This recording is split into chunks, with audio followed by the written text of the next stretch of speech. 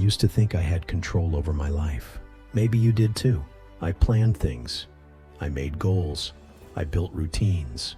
I told myself that if I worked hard, made the right decisions, stayed on track, things would go my way. And sometimes they did, but sometimes, more often than I'd like to admit, they didn't. Someone I trusted changed. A job fell through. I lost things I thought were permanent. And each time, I felt this same sinking feeling that no matter how much effort I put in, the world didn't owe me predictability. That realization scared me, because deep down I thought control meant safety. But here's the strange part.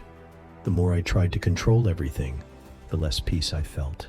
I want to talk about something we all secretly feel but rarely admit. The fear of uncertainty.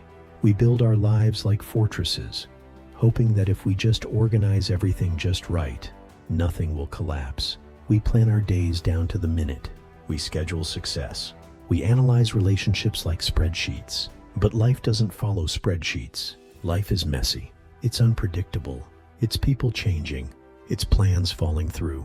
It's the unexpected phone call at 2 a.m. It's joy showing up in moments you didn't schedule. And here's the paradox.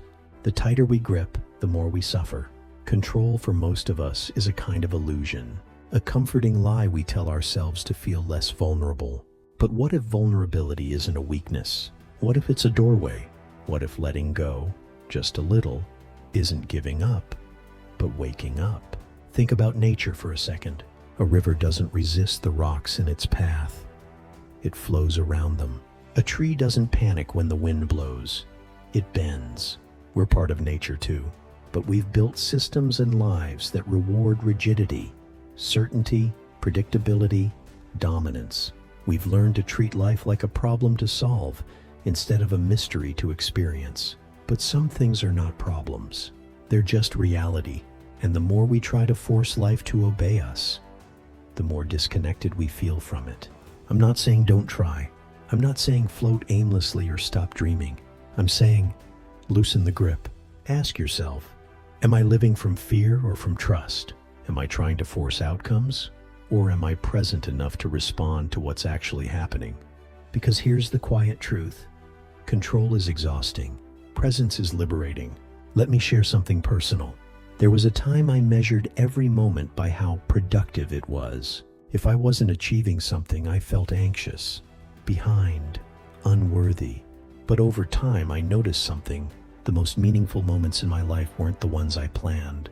They were the spontaneous conversations, the accidents that turned into adventures, the days I slowed down and actually listened to myself, to others, to the world. I realized I didn't need more control. I needed more trust. Trust in what? Not in everything working out perfectly. That's still control, just dressed up nicely. No, trust in my ability to be okay, even when things don't go my way. Trust in life's rhythm. Trust that I don't need all the answers to feel whole. And most importantly, trust in letting go. Letting go doesn't mean giving up. It means shifting your energy from resistance to acceptance. It means allowing yourself to breathe, to be, to live, without needing to master every detail. It means realizing that the world is not a machine you have to fix, but a dance you get to be part of. And sometimes, the most powerful thing you can do is let the music lead. So maybe today, instead of asking, how can I control this? Ask, how can I meet this moment with more presence? How can I listen more closely to myself, to others, to the silence between things? Because sometimes peace isn't found in answers, it's found in surrender. And sometimes freedom begins not when we gain control, but when we lose the need for it.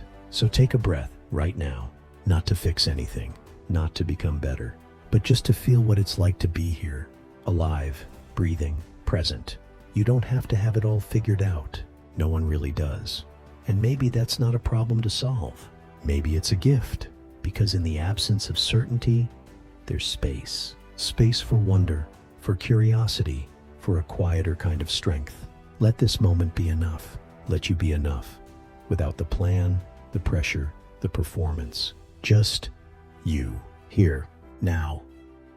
If this made you pause, If you're drawn to deeper truths and quiet strength, then you're in the right place. Like, subscribe, and keep exploring with us. See you in the next one.